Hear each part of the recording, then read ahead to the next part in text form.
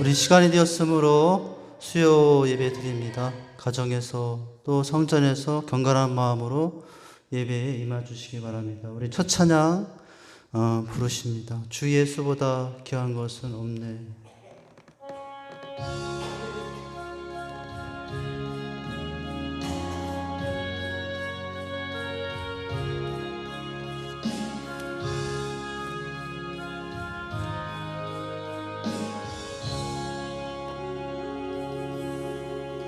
주 예수보다 더 귀한 것은 없네. 이 세상 부귀와 바꿀 수 없네. 용수 근래 대신 돌아가신 그 놀라운 사랑 잊지 못해. 세상 즐거움 다 버리고 세상 자랑 다 버렸네. 주 예수보다 더 귀한 것은 없네. 예수밖에는 없네. 주 예수보다 더 귀한 것은 없네. 이 세상 경애와 바꿀 수 없네. 이전에 즐기던 세상 일도 주 사랑하는 마음 뺏지 못해. 세상 즐거움 다 버리고 세상 자랑 다 버렸네. 주 예수보다 더 귀한 것은 없네. 예수밖에는 없네. 주 예수보다 더 귀한 것은 없네. 이 세상 행복과 바꿀 수 두 손 들고 찬양합니다. 유혹과 핍박이 몰려와도 주 섬기는 내 맘 변치 못해. 세상 즐거움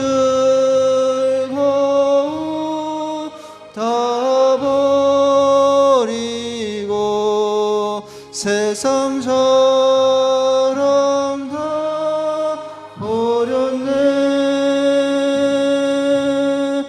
주 예수보다 더 귀한 것은 없네. 예수밖에는 없네. 우리 한번 따라서 하십니다. 삼가하면 기뻐하게 됩니다. 이렇게도 합니다. 조심하면 기뻐하게 됩니다. 이번에도 힘차게 찬송하십니다.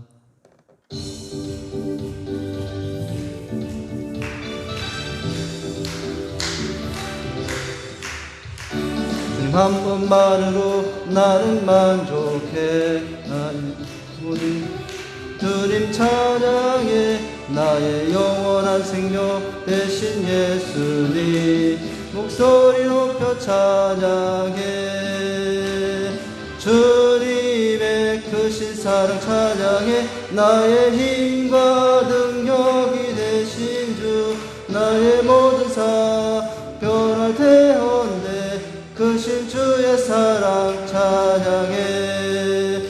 주님 한 분만으로 나는 만족해. 나의 모든 것 대신 주님 찬양해. 나의 영원한 생명 대신 예수님 목소리 높여 찬양해. 주님의 크신 사랑 찬양해. 나의 힘과 능력이 되신 주, 나의 모든 사별화 되었네. 크신 주의 사랑 찬양해. 다시 한번. 주님 한 분만으로 나는 만족해. 나의 모든 것 대신 주님 찬양해. 나의 영원한 생명 대신 예수님 목소리 높여 찬양해. 주님의 크신 사랑 찬양해. 나의 힘과 능력이 되신 주, 나의 모든 변화되었네. 크신 주의 사랑 찬양해. 아멘. 또 한 번 따라서 하십니다. 봉사하면 기뻐하게 됩니다. 같은 의미로 이렇게 따라서 하십니다. 예배하면 기뻐하게 됩니다. 이번에도 우리 힘차게 찬송하십니다.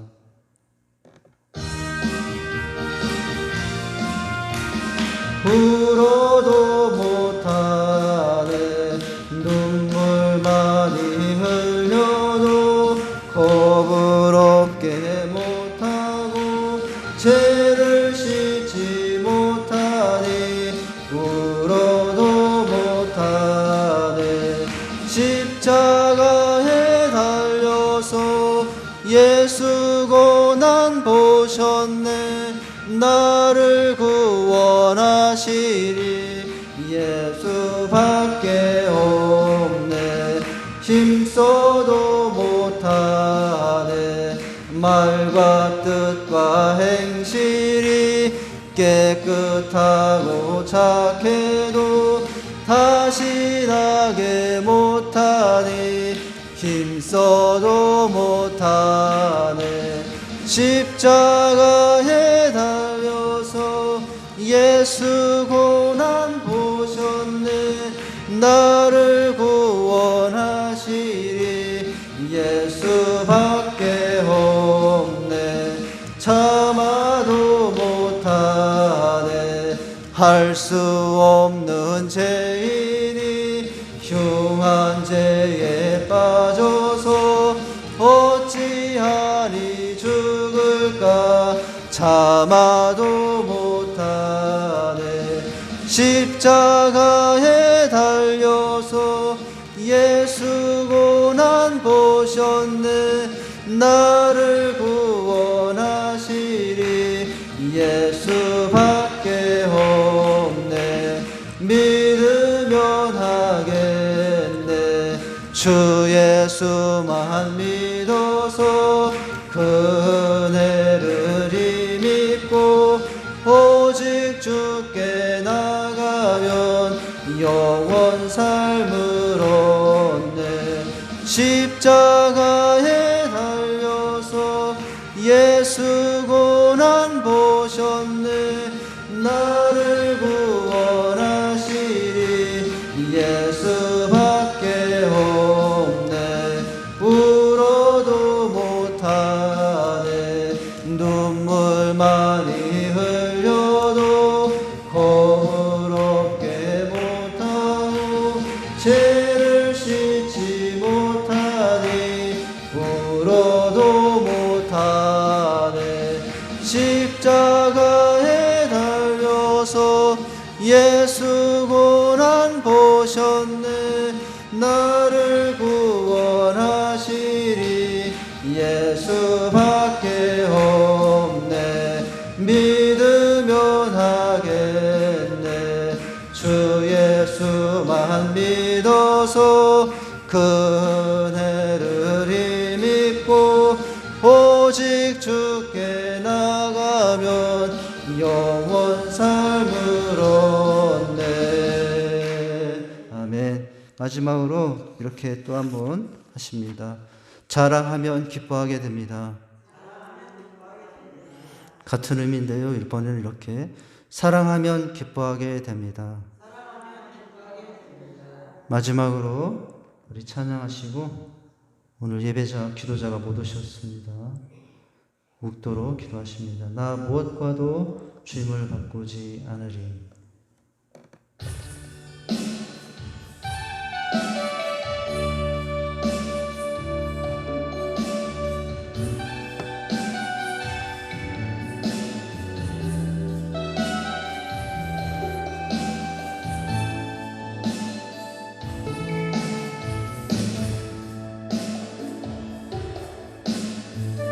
화도 주님을 바꾸지 않으리. 다른 어떤 은혜 구하지 않으리. 오직 주님만이 내 삶의 도움이시니 주의 얼굴 보기 원합니다. 주님 사랑해요.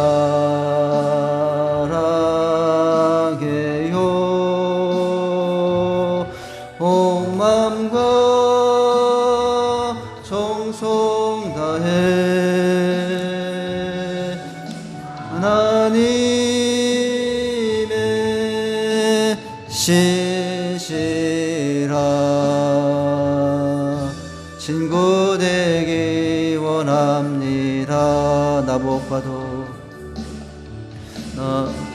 나과도 주님을 바꾸지 않으리.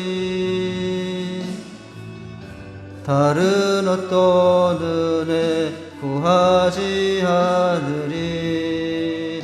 오직 주님만이 내 삶의 도움이시니 주의 얼굴 보기 원합니다.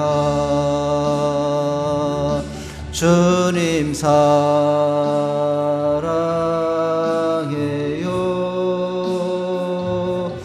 온 마음과 정성 다해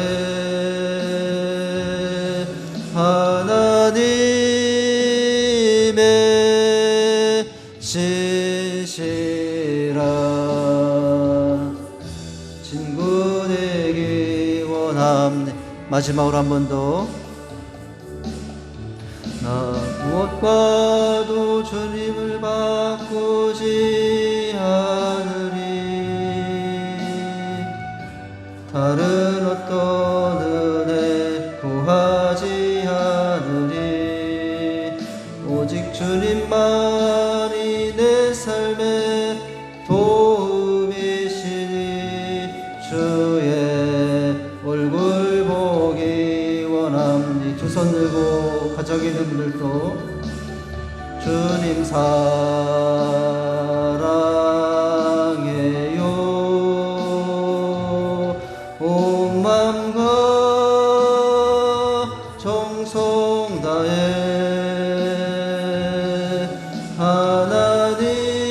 하나님의 신실한 친구 되기 원하. 주님 사랑해요. 주님 사랑해요.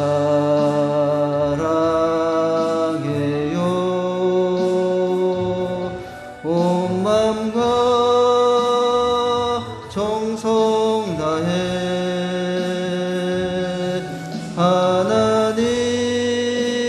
하나님의 신실한 친구 되기 원합니다. 이 시간 주하게 맞춰서 묵도하십니다. 기도자가 못 나왔는데요. 묵도하시고 예배를 위해서 잠시 묵도하시겠습니다.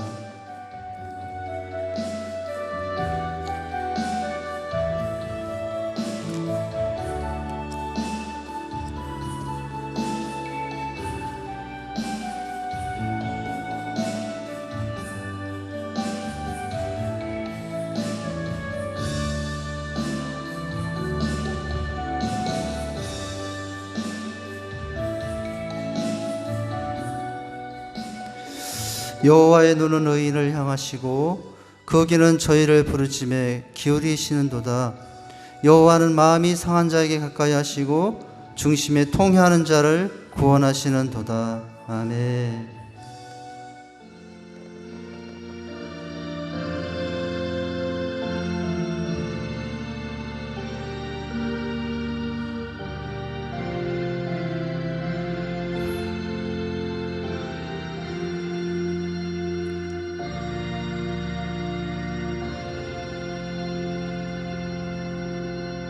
하나님의 말씀입니다. 빌립보서 3장입니다. 빌립보서 3장 1절에서 3절까지 교독하겠습니다.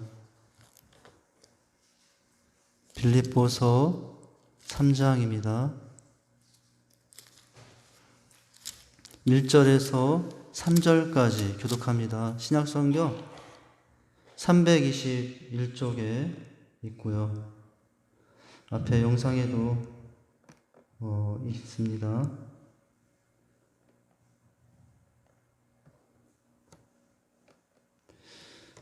1절 제가 먼저 읽습니다. 끝으로 나의 형제들아 주 안에서 기뻐하라. 너에게 같은 말을 쓰는 것이 내게는 수고로움이 없고 너에게는 안전하니라.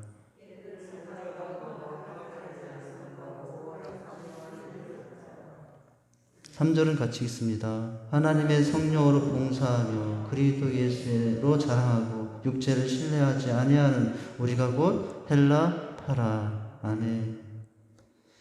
예, 이제 우리가 지난주에 이어서 3장 1절을 중심으로 봤는데 이제 2, 3절을 오늘 말씀 중심으로 보게 됩니다.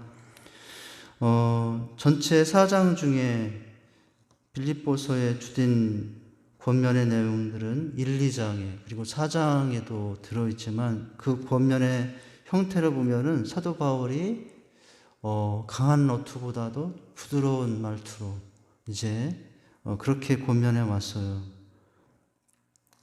자신은 어떤 상황에도 감사하고 기뻐한다. 너희도 항상 그러기를 원한다.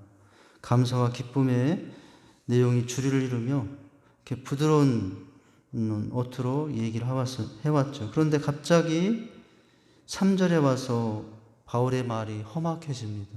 그 전에 사용하던 말과는 좀 달라진 조금 상투어를 우리로 말하면은 조금 이제 험한 말을 사용하게 돼요. 개들을 삼가하고 행악하는 자들을 삼가하고 몸을 상해하는 자들, 옛날 성경에서는 손할례당을 삼가하라. 거친 말을 사용하죠.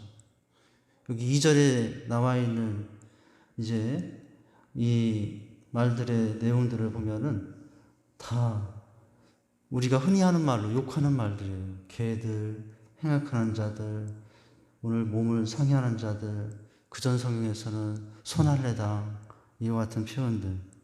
네. 빌립보 전체 부드러운 본문의 내용과는 잘 어울리지 않는 어투가 나오죠. 도대체 바울은 무슨 상황 때문에 이런 권면의 어투의 내용이 강해졌는가 하는 거예요. 빌립보 교회 안에 여러 현상들이 나타나는데 안 좋은 현상들 중에 한 가지가 뭐냐면은 전통을 강조하는 유대인들이 다시 교회에 들어와서 아브라함의 언약의 징표인 할례를 받아야 된다. 그리고 모세의 율법을 지켜야 온전한 구원을 얻을 수 있다. 이렇게 주장하기 때문에 그 주장에 의해서 많은 빌립보 교회 성도들 중에 믿음이 약한 자들은 거기에 미혹에 빠져 그 혼란에 빠져서 이제 믿음들이 약해지는 현상들이 있다는 것을 접하게 된 거예요. 그래서 평소 바울답지 않은 어투로 아주 그들의 잘못된 세상과 주장에 대해서 지금 삼가하라, 경계하라고 이제 2절과 3절에서 말하기 시작하는 거죠. 예. 이 유대인들이 들어온 이 할례나 율법을 강조하는 이제 그 내용들은 사실은 이것은 좀처럼 그들에게서는 포기할 수 없는 전통이었죠.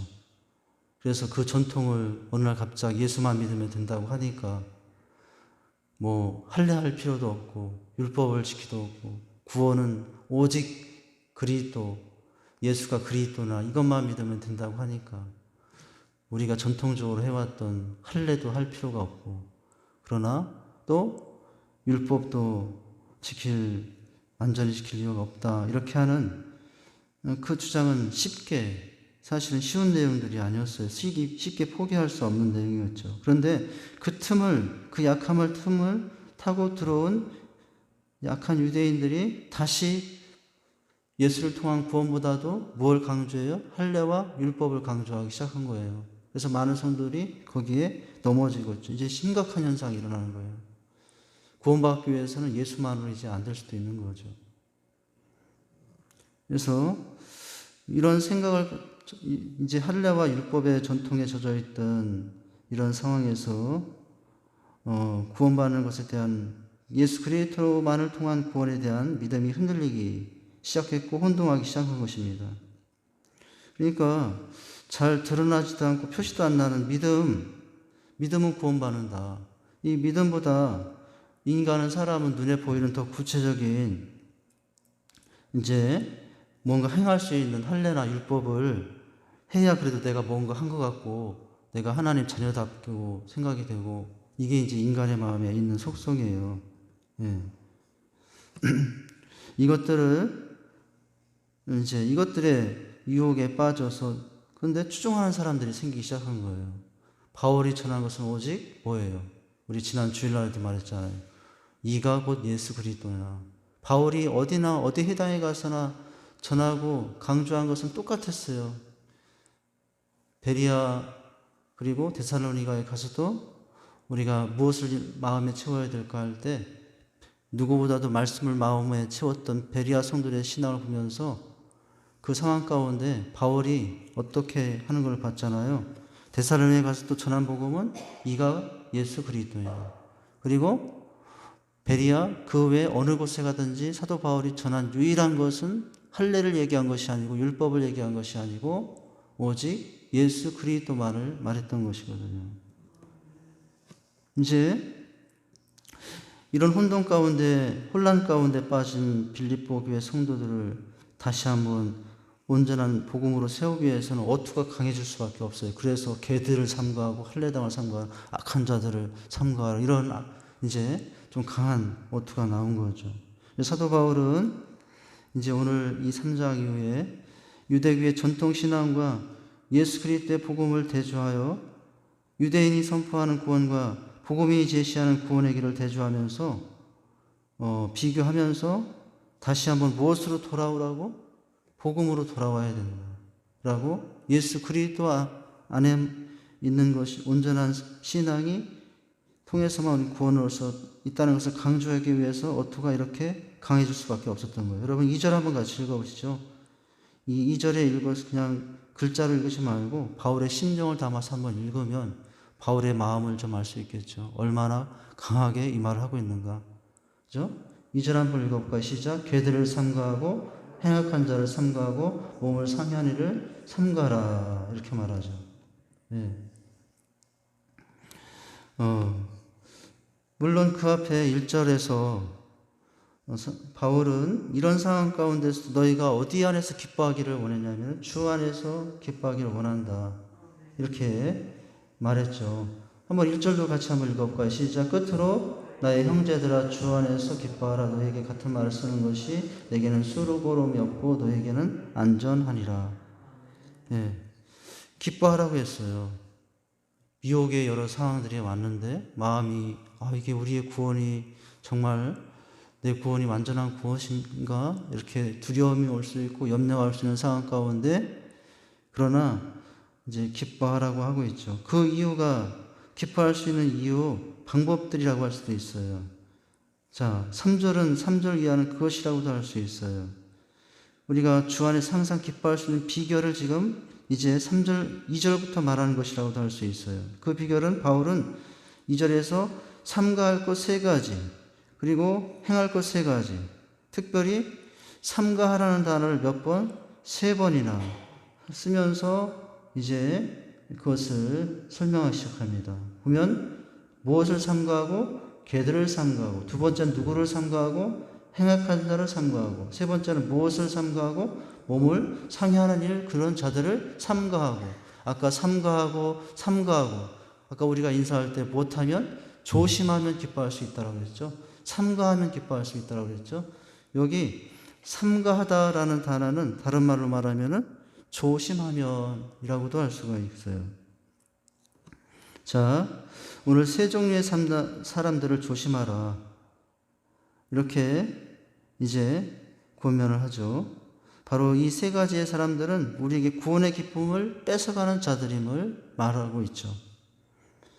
그래서 이 말씀은 주 안에서 기뻐하는 사람들이 그 기쁨을 간직하며 살아가기 위해서 꼭 알고 지키고 삼가하고 조심해야 될 게 뭐냐? 첫째는 누구를 삼가하라고요? 개들을 삼가하고. 우리 집 개 이름은 호두, 또 보리, 크리미가 있어요. 그 우리 집 개들, 그 무서운 맹견들, 그 호두, 크리미, 보리가 이제 애들이 지어준 이름이에요. 예. 개들을 삼가하라. 우리 집에 오면 조심하시기 바랍니다. 개들이 있어요. 근데 다 목에 많이 했으니까 이제 안심을 해도 되는데, 예, 자꾸 풀러지더라고요. 겁나요. 개들이 풀어질까봐 주인도 겁나요. 그런데, 자, 오늘 말씀해 보니까 도대체 이 개들을 삼가하라고 하는데, 이 개는 우리가 보는 짐승 개를 의미하는 단어는 아니에요. 예. 사도 바울이 지금 너희가 집에서 기르는 그 강아지들, 개들을 조심하라 이런 의미는 아닌 거예요. 예. 이 개들은 한마디로 말하면 욕할 때 쓰는 말이에요. 이게 원래 어떨 때 쓰는 말이냐면 유대인들이 이방인들을 얕잡아서 지칭할 때 쓰는 말이 개들이래요. 개들. 유대인들이 이방인을 부를 때 이방 개들이라고 불렀다는 거죠. 그런데 사도가 이 단어를 지금 누구에게 사용하고 있냐면은 바로 그런 단어를 사용하기를 즐겨하는 유대인들에게 사용한 말이에요. 유대인들이 이방인을 향하여 불렀던 말인데 이방인들을 향하여 개들이라고 하는 너희가 개들이다. 이렇게 지금 하면서 그 개들을 조심하라는 것이거든요. 이방인들을 개들이라고 폄하하면서 자신들은 의인이라고 생각하는 사람들, 이들이 개들이다. 이제 욕이지 한마디로. 유대인들의 입장에서 보면 정말 욕 중에 욕을 지금 먹는 거예요. 사도 바울은 단호하게 지금 그 전에 그렇게 부드러웠던 사도 바울의 톤은 사라지고 아주 강하게 지적하면서 이제 그들을 개들이라고 이렇게 지칭을 하고 있습니다. 온갖 하나님이 원하지 않은 모습이 있으면서 자기들은 의인이라고 생각하는 이들이 개들이라고 한 거예요. 여기 유대주의자들은 이제 그래서 어떤 것입니까? 이 복음을 그대로 전하지 않는 자들을 말하는 거예요. 복음을 얘기하는 것 같아요. 예수도 말하고 복음도 말하는데 그들은 복음만을 말하지 않은 자들. 그러니까 그들을 누구라고 그래요? 개들이라고 말하는 거예요. 여러분, 복음에 다른 것을 더할 필요가 없어요. 구원받기 위해서. 예수라는 복음 외에 다른 것을 더할 필요가 없어요.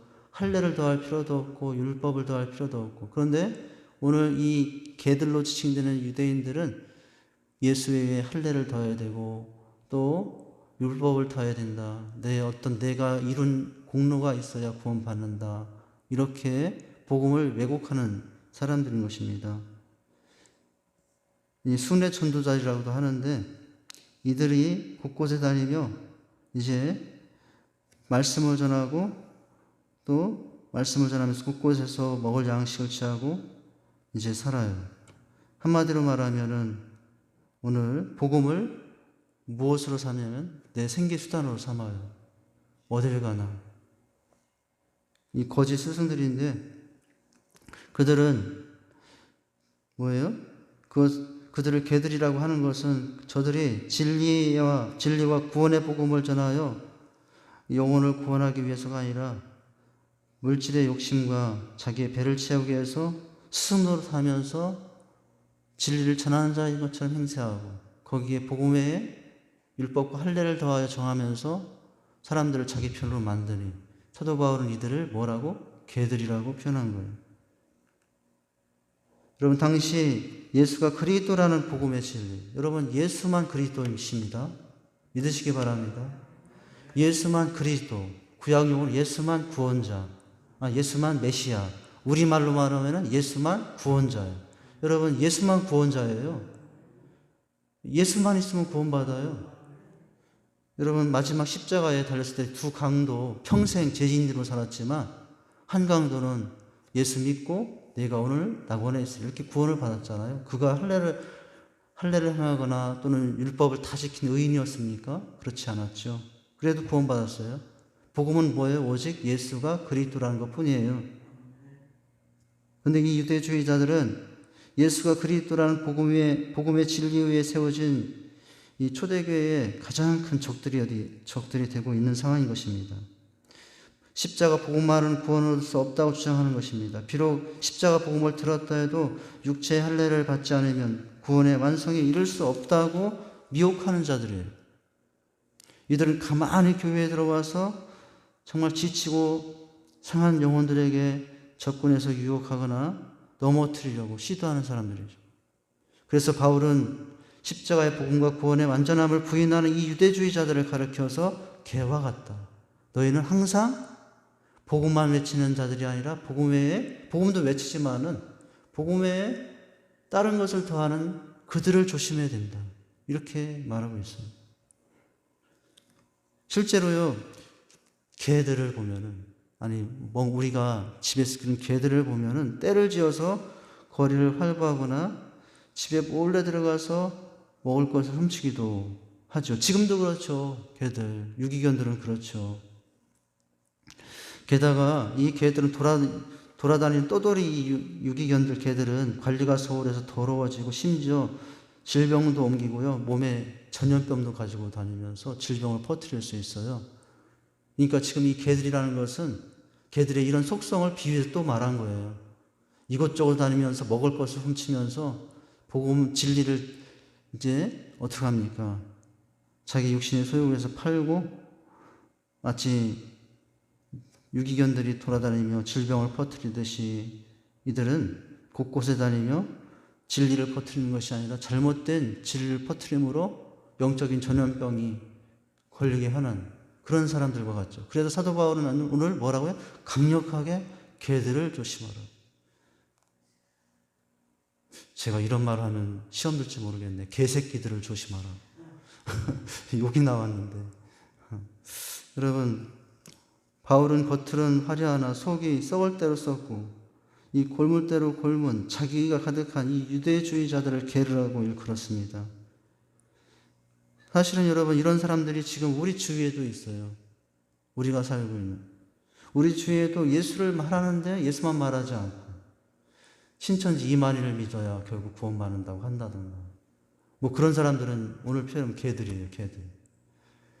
신천지 여러분 가면 무엇을 교육시키죠? 불경 교육시키지 않아요. 그들은 철저하게 성경을 교회보다도 철저하게 가르칩니다.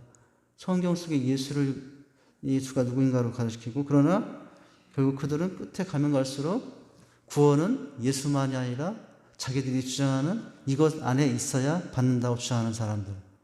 그들이 개들이에요. 여러분, 개들을 조심하시기 바랍니다. 개들. 신천지 개들을 조심하시. 뭐 신천지 외에도 여호와의 증인도 있고 여러 가지 있잖아요. 그들 다 우리가 똑같은 성경을 사용하고 예수를 말하고 있고 하나님을 말한다고 하지만 여러분, 예수가 그리스도라는 복음만에 있지 않은 그들이거든요. 사도 바울을 오늘 표현하면 그들이 개들인 것입니다. 자기들은 그 진리 안에서 모든 경건을 가지고 있고 또 자기들이 그렇게 의로운 생활을 하는 것을 보여주면서 우리가 이렇게 살아야 된다라고 하면서 우리를 미혹하는 그런 주변에 있는 많은 사람들, 지금도 있고요. 우리가 조심하라고 하고 있어요. 그래야 기뻐하며 살 수 있어요. 여러분 거기에 넘어가면 처음 참 신기하다. 이런 곳이 다 있었구나. 내가 그동안 잘못 믿었구나. 참 여기에 기쁨이 있구나. 그런데 나중에는 여러분 기쁨 있는 곳이 아니에요. 천추의 한이 마지막에는 그렇게 할 곳이 바로 그런 상황이 거기에 빠지면 그렇게 되는 거죠. 그리고 자 오늘 첫째 삼가할 것이 누구라고 했냐면 걔들. 두 번째는 누구를 삼가하라고 했어요? 행악하는 자들. 옛날 성경은 악행하는 자들. 이게 행악과 악행을 좀 바꿔서 말했는데 오늘 우리가 개정 성경에서는 행악하는 자들을 삼가하라 이렇게 말하죠. 이 행악하는 자들은 남에게 유익을 주는 것이 아니라 손해를 끼치는 자들입니다. 네. 화평케 하는 자들이 아니고 사람들을 이간하고 서로 불화를 만드는 사람들, 이것이 악행하는 자들이고요. 서로 싸우게 만듭니다. 하나 되지 못하게 하고 분리하게 만들고 시기하게 만들고 이게 그들을 조심하라고. 그래서 여러분 이 행악하는 자들은 자기의 이익을 위해서라면 무슨 일인지 저지르는 사람들을 말해요. 특별히 이 행악하는 자들의 속성 중에 한 가지가 뭐냐면은 한마디로 말하면 뭐예요? 이 육신은 썩어져 없어질 것이니 육신은 우리 나중에 영혼을 구원받을 텐데 그래서 육신은 구원받지 못할 그냥 썩어질 몸이니 육신은 어떻게 살아도 된다고? 마음대로 살아도 된다. 예. 그러나 여러분 우리가 예수 믿고서 또 육신을 마음대로 하며 살 수 있습니까? 그렇게 살면 살 수 없는 것이고 살아서도 안 되는 것이고 그러니까 한마디로 말하면 도덕 무용론자들 윤리 무용론자들 그렇게 도덕적으로 윤리적으로 잘 살아봐야 이 몸 다 썩어져 없어질 것이다. 아무리 죄짓고 살아도 또 이 몸 다 썩어져 없어질 것이니 우리가 구원받는 것은 영혼이니 이 육신 그냥 이 세상에 있는 동안 내 살고 싶은 대로 살아도 상관없다 하는 사람들이 누구냐면 이 악행하는 자들이에요. 여러분 믿었는데 예수 믿으면 구원받는다고 하는데 뭐 마지막 다 예수 믿을 것이니까 내가 그때까지 내 마음대로 술 마시고 도둑질하고 뭐 이렇게 뭐 그런 많은 죄들을 지으며 사는 거 나는 떳떳하다. 나는 괜찮다. 잘못된 생각이죠. 예. 어차피 우리 다 죄인인데 아무렇게나 되는 대로 사는 것이지 뭐 번거롭게 도덕이나 윤리를 생각하고 정성스럽게 살 필요가 있느냐 하는 사람들이 누구예요? 행악자들이에요. 여러분 그런 사람들을 조심해요.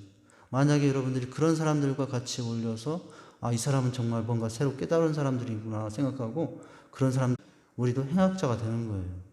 예수 믿지만 그냥 내 육신의 쾌락대로 생각대로 판단하고 말하고 행동하고 살아가는 사람이 되는 거죠. 그런데 여러분 그렇게 살면 기쁨이 있을까요? 인생이 허무해져요. 그렇게 살면 살수록 인생의 기쁨은 사라집니다. 오늘 주 안에서 기뻐하는 삶이 되기 위해서는 걔들을 삼가해야 되고 주 안에서 기뻐하는 사람들이 되기 위해서는 이런 행악자들을 삼가하고 나는 나대로 진리의 길에서 내 삶을 정성스럽게 진실하게 살아가는 것에 진실한 기쁨이 있다는 사실 기억하시기 바랍니다. 그리고 또 오늘 삼가하고 세 번째 삼가하고는 누구를 삼가하고 몸을 상해하는 자들을 삼가하라 라는 그전 성경을 가지신 분 계시면은 무엇이라고 표현되어 있어요? 손할례당을 삼가하고 라고 표현되어 있을 거예요. 손할례당 여러분 손할례당이라고 할 때 이 표현은 손으로 할례를 했기 때문에 손할례당이다라는 의미는 아니고요. 이전 성경은 좀 착오를 가져올 수도 있었어요. 이것은 상할 손을 말하는 거예요. 몸을 상하게 하여 할례를 받는 사람들. 그러니까 지금 성경이 바르게 잘 성경 해석이 된 거예요. 몸을 상하게 하는 일을 삼가하라. 여러분 이게 무슨 말일까 도대체? 여러분 할례라는 말을 이게 할례와 관련된 말인데 성경은 구약 백성들은 태어나면 반드시 일정한 나이가 되면 몸에 할례를 행해서 자기가 누구의 백성이라는 것을 몸에 표시하고 사냐면 하나님의 백성이라는 표시로 할례를 행했어요. 심지어 여자들도. 이제 지금 그것이 많이 문제가 돼서 이제 금지를 시키고 있는 상황이기도 한데, 여자들 같은 경우는 이제 특별히 이 할례와 관련해서 몸을 상하게 하는 할례.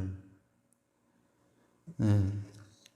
이제 사실은 여러분, 하나님께서 나중에 이런 폐단을 알고 우리는 할례를 어디에 해야 하는 사람들이라고 말했냐면은, 몸을 상하게 하여 몸에 칼을 대는 사람이 아니라, 몸에 할례를 하는 사람이 아니라, 어디에 할례를 하는 사람? 마음에 할례를 하는 사람.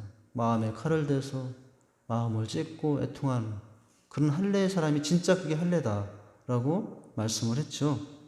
네. 여러분, 그럼에도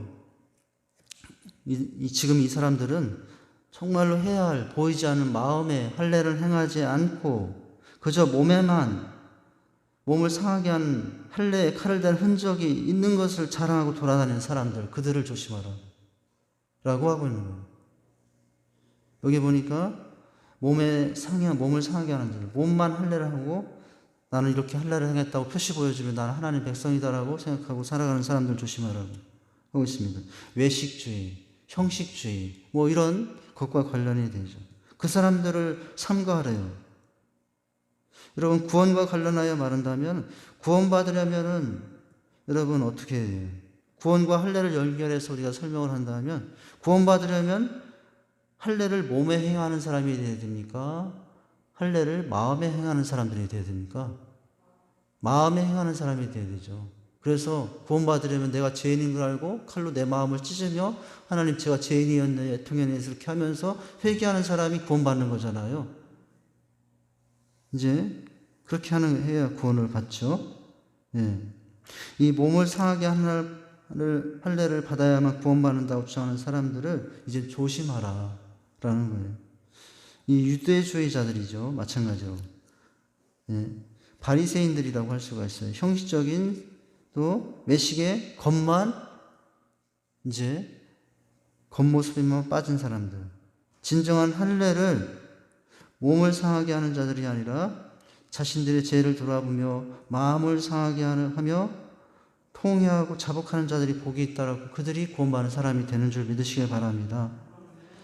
여러분, 그러나 마음에 통회하는 자들이 아니라 몸만 상하게 하는 형식만, 이제 흔적만 남기는 그런 할례를 하는 자를 가지고 그들에게 오염되면 너의 마음에 믿음의 기쁨도 구원의 기쁨도 사라질 거라고 하고 있어요.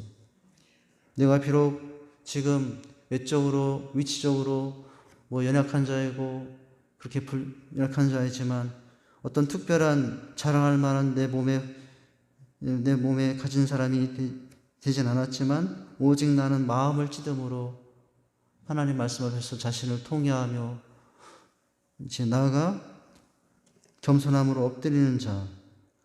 이제 여러분, 그러고 있다면 그 사람은 지금 누구예요? 하나님의 구원받은 백성으로 살아가는 자녀가 된 은혜 안에 있는 줄 믿으시길 바랍니다. 여러분, 지금 은혜에 뭐예요? 유대주의자들은 구원을 이루기 위해서는 믿음만은 부족하고 몸을 상하게 하는 할례가 있어야 한다고 주장하는 사람들이었어요. 그것은 뭐죠? 하나님의 은혜에, 값없이 주신 은혜에 사람의 공로 율법을 더하는 어리석은 것과 같은 것입니다. 구원은 전적으로 하나님의 은혜로 주어집니다. 할렐루야. 거기에 무엇을 더하면 그것은 은혜를 욕하게 만드는 거예요. 그들이 누구예요? 오늘 이 표현을 말하면은 몸을 상하게 하는 자들이라고 할 수가 있어요. 여러분, 오늘날 실제로 이 육체적인 할례를 주장하거나 행하는 사람은 아무도 없습니다. 그러나 똑같은 건 뭐예요? 하나님의 은혜 이외에 다른 것을 더하는, 내 공로와 내 노력을 더하고 있다면 다 그들은 선한 할례다. 이 성경에서 말하면은 몸을 상하게 하는 자들이라고 할 수 있어요. 몸만 상하게 하는 자들. 사실은 마음을 상하게 하고 마음을 찢으며 하나님 편에 나가야 되죠. 하나님 은혜 위에 다른 것을, 사람의 공로나 어떤 행위나 흔적을 더하려고 하는 것은 사도 바울은 조심해야 된다, 삼가야 된다라고 말하고 있어요. 그래서 여러분 이것에 대해서 생각했던 에레미야는 4장에 뭐라고 그랬어요? 에레미야 4장 4절에 유다인과 예루살렘 거민들아 너희는 스스로 할례를 행하여 너희 마음에 가죽을 베고 나 여호와께 속하라. 그렇지 아니하면 너희의 행악을 인하여 나의 분노가 불같이 발하여 사르리니 그것을 끌 자가 없으리라. 여러분 여기서 말하면 할례에 관해서 이스라엘 사람들에게 뭐라고 했냐면 너희는 스스로 할례를 행하되 무엇을 베고요? 너희 마음의 가죽을 베고. 육신의 살 가죽을 베는 게 아니라 무엇의 가죽을 베라고요? 마음의 가죽을 베라고요. 마음이 너무 굳어서 딱딱한 가죽으로 덮여 있어요. 거기에 어떤 것도 들어갈 수 없는 그런 상태에 되었어요. 그래서 여러분 은혜를 받으려면 그 마음의 가죽을 베어야만 그 마음속에 하나님의 말씀이 들어가고 또 그래서 그러는 중에 그들이 회개하고 돌이키고 구원받는 자리 될 수 있는 거죠. 여러분 뭐예요? 너희 마음에 할례를 하여 가죽을 베어 너희와 나 사이를 갈라놓은 그 가죽을 제거하라. 이런 말인 거죠. 우리의 마음에서 마음의 겉껍질을 잘라내라고 하고 있습니다. 하나님과 우리를 갈라놓고 있는 그것을 바로 잘라내라고 하고 있습니다. 그리고 나서 마음을 다해 성품을 다해 하나님을 사랑하라고 있는 것이죠. 여러분 우리는 피부의 가죽을 상하게 베는 사람들이 아니라 마음의 가죽을 굳어버린 우리의 마음의 가죽을 여러분 베며 그렇게 하나님 앞에 나가는 자들이 될 수 있기를 바랍니다. 그럴 때 어떻게 살 수 있어요? 기뻐하며 살 수 있는 거예요. 그 삶에 진정한 기쁨이 있습니다. 여러분 이제 3절로 넘어가면 자 이렇게 삼가하라고 주의하면서 이번에는 하라고 이것을 하라라고 말하고 있어요. 삼가하라고 했지만 이번엔 무엇을 하라라고 하고 있냐면 여러분 3절을 같이 읽어보죠. 시작. 하나님의 성령으로 봉사하며 그리스도 예수로 자랑하고 육체를 신뢰하지 아니하는 우리가 곧 할례 바라.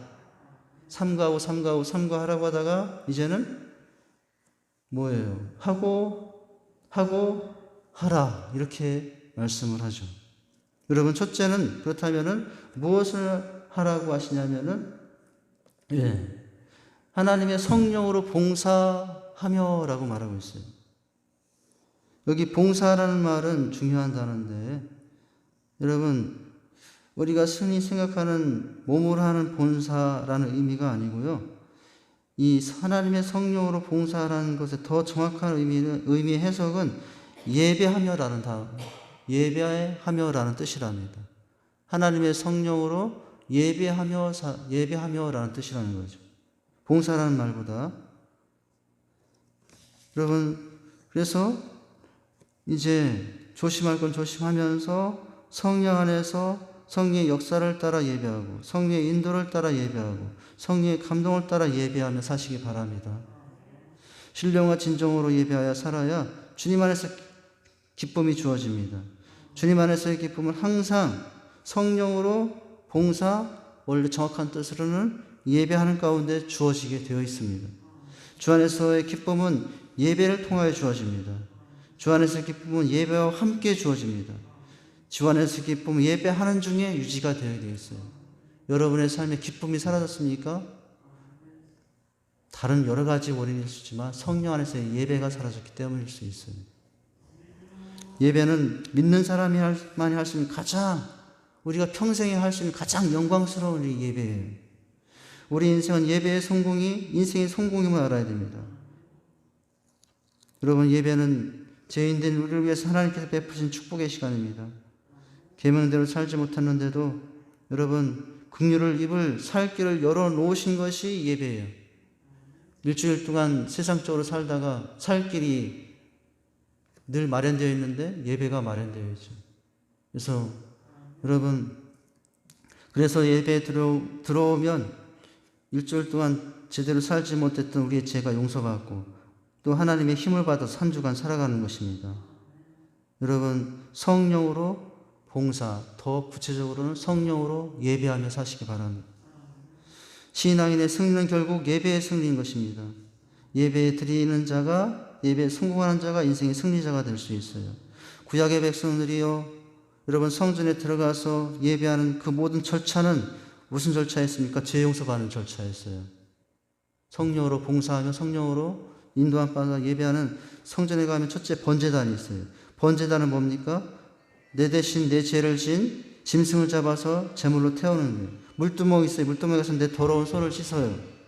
그리고 촛대와 진설병, 진성서 안에 들어가서 법궤 안에서 하나님의 말씀을 받아서 그 말씀 안에서 다시 한번 우리의 마음을 깨끗하게 씻고 새롭게 하는 거예요. 그러니까 구약 성전의 모든 예배가 죄를 씻는 예배였어요. 그것과 관련이 됩니다. 여러분, 우리가 삼가하고 살 때 이제 해야 될 첫 번째 것이 뭡니까? 성령 안에서 예배 봉사하며 사시기 바랍니다. 두 번째는, 여러분, 두 번째 하라의 주제는 무엇인가요? 성령으로 봉사, 즉 더 정확한 뜻은 예배하며 그리스도를 어떻게 하고 살아라? 자랑하고 살아라. 누구 자랑하고 살아라? 예수를 자랑하고 살아라. 여러분, 그리스도 예수를 자랑하라. 즉 그리스도가 뭐예요? 메시아, 구원자 예수를 자랑하라. 구원자 예수를 자랑하라. 이 말을, 우리 그리스도란 말을 우리말로 바꾸면 구원자잖아요. 구원자 예수를 자랑. 그냥 예수가 아니라 어떤 예수? 구원자 예수를 자랑하라. 여러분, 구원하시는 예수님, 다 우리는 죄인이었어요. 근데 다 지금 의인이 되었어요. 오직 한 가지 이유는 예수의 십자가의 은혜 때문에 우리가 의인 되어 여러분 살고 있는 것입니다. 예수를 자랑하라. 우리의 구원자 되신 예수님을 자랑하라. 여러분, 자랑이라는 말은 이 사도 바울이 제일 좋아했던 단어 중에 한 가지인데요. 사도 바울 서신에 자랑이라는 말이 한 30번 이상이나 나온다고 그래요. 네.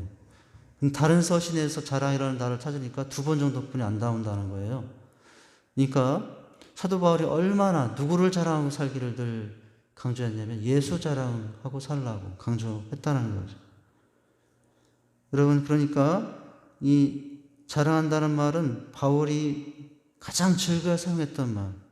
고린도전서 1절을 들어볼까요? 기록된 바 자랑하는 자는 주 안에서 자랑하라. 함께 같이 가게 하렴이라. 고린도후서에서도 10장에 보니까 자랑하는 자는 주 안에서 자랑, 곳곳에서 자랑하라. 그런데 누구를? 내가 내 자랑이 아니라 그리스도 구원자 메시아를 자랑하라고 하고 있어요. 여러분, 우리 신앙생활에서도 누구를 자랑하고 살 수 있는, 나를 자랑하고 하나님께 나가는 사람이 있고요, 예수를 자랑하고 하나님께 나가는 사람이 있어요. 우리는 늘 어떤 사람이 되니까 내 자랑은 하지 않고 어떤 일을 했어도 예수를 자랑하며 하나님 앞에 나갈 수 있는 사람, 그 사람이 기뻐하며 살 수 있어요. 할렐루야. 여러분, 지금 유대인들은 모든 행위에 대해서 자기 자랑을 했습니다. 내가 이렇게 생각했다고, 내가 이렇게 11조하고, 내가 이렇게 예배하고, 내가 이렇게 기도했다고. 그런데 그것을 자랑하는 거예요. 지금 지적하는 거예요. 너의 그 자랑을 바꾸어서 오직 그런 자랑하지 말고 예수만 자랑하고 살아. 예수가 내 자랑이 되면 여러분, 그 사람은 누구보다도 기쁨의 사람이 됨을, 기뻐하며 살 수 있음을 믿으시길 바랍니다. 조수미와 박종호 다 잘 아시는 분들이죠. 동기 동창, 서울대, 음대. 조수미 알잖아요. 성악가, 소프라노 하시는 조수미. 참, 이제 같은 음대 출신, 서울대 음대 출신. 조수미는 유학까지 가서 노래를 잘했어요. 근데 이 박종호는 신앙으로서 어느 날 하나님 믿다가 깨달았어요. 나는 세상 노래 하지 않고 산다. 근데 사실은 누가 노래를 더 잘했냐면은 조수미보다 박종호가 노래를 더 잘했죠. 그래서 그러나 조수미는 유학을 가서 돌아와 세계적인 소프라노 되어 여기저기 초청하며 꽃다발 받고 유명한 사람이 되었어요. 근데 이 조수미는 늘 안타까움이 있어요. 그렇게 환호받고 꽃다발 받고 돌아가면 너무 허무한 거예요. 그런데 똑같은 곳에서 나도 공연하고 때 세종문화회관에 가서 박종호가 공연하겠다는 게 세종문화회관에서 알아보고는 이제 유치한 복음성가는 이 세종문화관에서 회관할 수 없고 퇴짜도 맞고 그렇게 이제 살아갑니다. 여러 곳에 가서 찬양 집회하지만 조수미 같이 환호하거나 뭐 그렇게 대접받는 것은 부족했죠. 그런데 박정호는 너무나 다른 것이 있어요.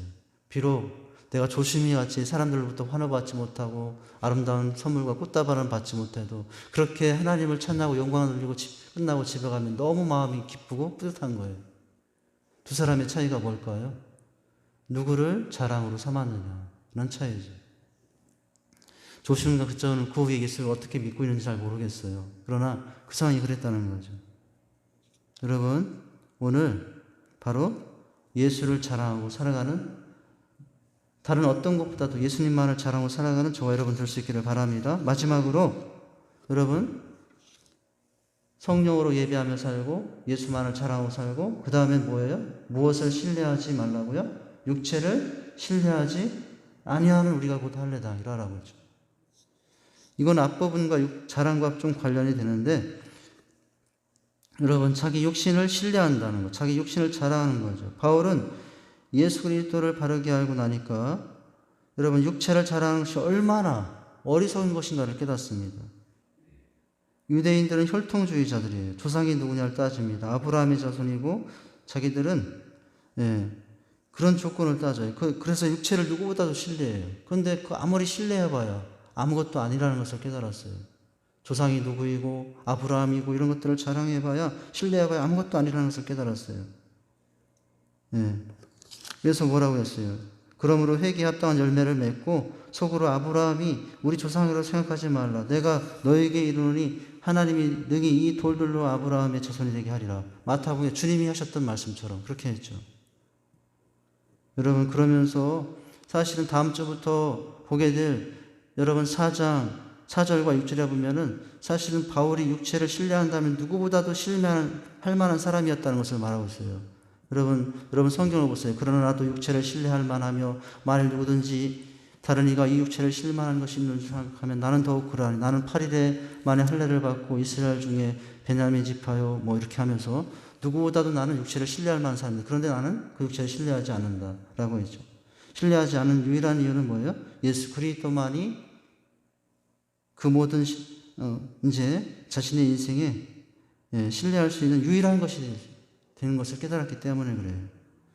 여러분, 여러분의 육체의 어떤 외적인 조건을 너무 신뢰하지 마시기 바랍니다. 외적인 어떤 것들은 있다가도 다 없어질 것들이에요. 없다가도 있다가도 또 있다가도 없다가도. 그것 때문에 여러분 일이 일비하고 그렇게 하면 여러분 기쁨의 삶을 살 수 없어요. 육체의 것들을 신뢰하고 살면 기뻐할 수 없습니다. 여러분 주변에 어떤 분들을 보면 안타까울 수 있어요. 저 사람은 인류 대학을 안 나왔으면 하나님께 크게 쓰임 받는데 그 인류 대학 나온 것 때문에 쓰임 못 받아. 왜냐하면 그 사람은 그것만 의지하기 때문에. 저 사람은 조금 부자가 아니었더라면 하나님께 쓸만한 사람인데 쓰임 받지 못해. 왜냐하면 그 사람은 늘 돈만 의지하기 때문에. 여러분, 저 사람은 저런 체험만 없었더라면, 저런 경험만 없었더라면 정말 누구보다도 쓰임 받겠는데 쓰임 받지 못해. 왜냐하면 자신이 경험한 그 경험만 의지하기 때문에, 자식 쌓은 그 지식만 의지하기 때문에. 여러분, 오늘 우리는 어떻게 살아야 되겠습니까? 우리 주변의 여러 가지 상황 가운데 일희일비할 수 있는 그 육체적인 외적인 조건들을 신뢰하지 마시고요. 오직 주님만을 신뢰하며 변함없이 주님만을 의지하고 살아가는 저와 여러분 될 수 있기를 바랍니다. 마지막으로 그럴 때 우리가 진짜 할례파다, 할례당이다 이렇게 말하죠. 시간이 없어서 이제 여기까지 말씀을 하죠. 자, 기도하고 마치겠습니다. 하나님 아버지, 주님의 은혜와 사랑을 감사합니다. 오늘 진정한 주 안에서의 기쁨의 삶은 삼가할 때, 또 하고 할 때 기쁨을 누리고 그 안에서 살아가게 되는 줄 믿습니다. 오늘 이와 같이 조심할 것은 조심하고 또 해야 될 것은 하면서 주님의 인도하심 가운데 살아가는 저희가 되게 하여 주시옵소서. 그래서 예수 자랑만 하고 살아갈 때 우리는 주님이 주신 참된 기쁨을 속에서 살아가는 인생이 될 줄 믿습니다. 주님만 예배하며 살아가는 자들이 되게 하시고 주님 안에서 늘 다른 것들을 조심하며 살아가는 자들이 되게 하여 주시옵소서. 예수님 이름으로 기도하옵나이다. 아멘.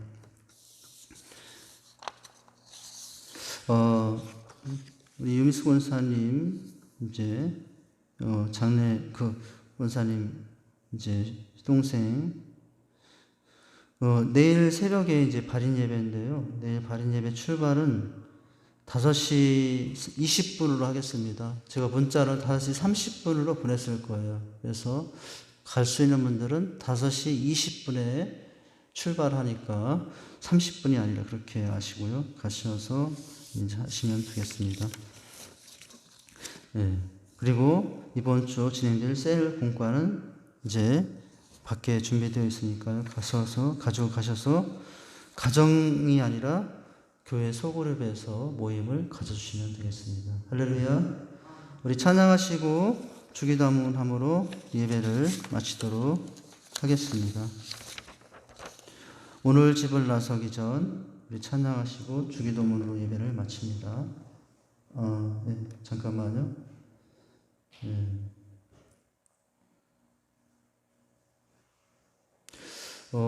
지금 코로나 상황이라 5명 이하로 예배 인원을 조정을 원래 3명까지라고 하시길래 제가 한 2명 늘려달라고 얘기하니까 그럼 5명 정도 안에서는 하세요. 이렇게 얘기가 됐거든요. 그러니까 그렇게 또 가서 예배를 드립니다. 어제 너무 안 가니까 유미스콘한테 미안하더라고요. 그냥 이렇게. 예. 자, 우리 찬양하시고 주기도문 예배를 마치겠습니다.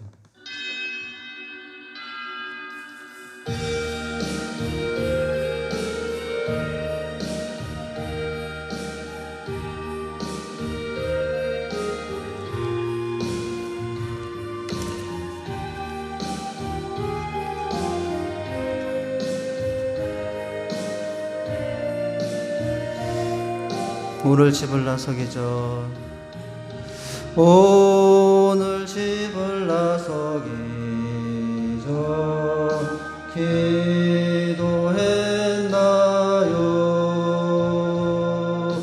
오늘 받을 은총 위에 기도했나요?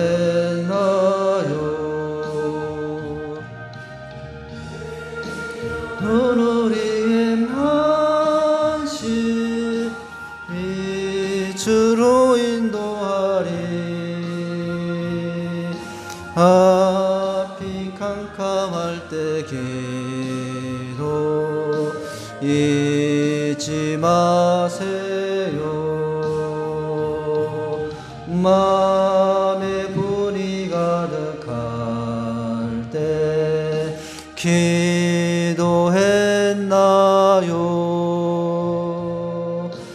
나의 앞길 막는 친구 용서했나요? 기도는 우리의 한시 빛으로 인도하리 앞이 캄캄할 때 기도 잊지 마세요. 어려운 시험 당할 때 기도했나요? 주가 함께 나가시며 능히 이기리 기도는 우리의 한시 빛노하리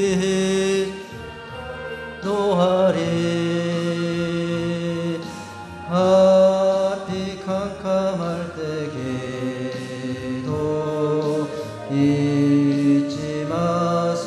두 손 들고 집에 있는 분들도 두 손 들고 나의 일생 다가도록 기도하리라.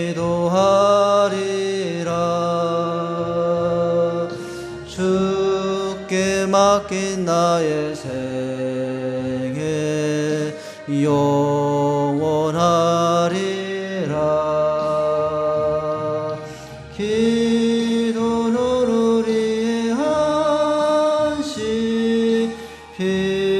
주로 인도하리. 앞이 캄캄할 때 기도 잊지 마세요. 하늘에 계신 우리 아버지여, 이름이 거룩히 여김을 받으시오며 나라에 임하옵시며 뜻이 하늘에서 이루어진 것 같이 땅에서도 이루어지리다. 오늘날 우리에게 일용할 양식을 주옵시고 우리가 우리에게 죄 지은 자를 사하신 것 같이 우리 죄를 사하여 주옵시고 우리를 시험에 들게 하지 마옵시고 다만 악에서 구하옵소서. 대개 나라와 권세와 영광이 아버지께 영원히 있사옵나이다. 아멘.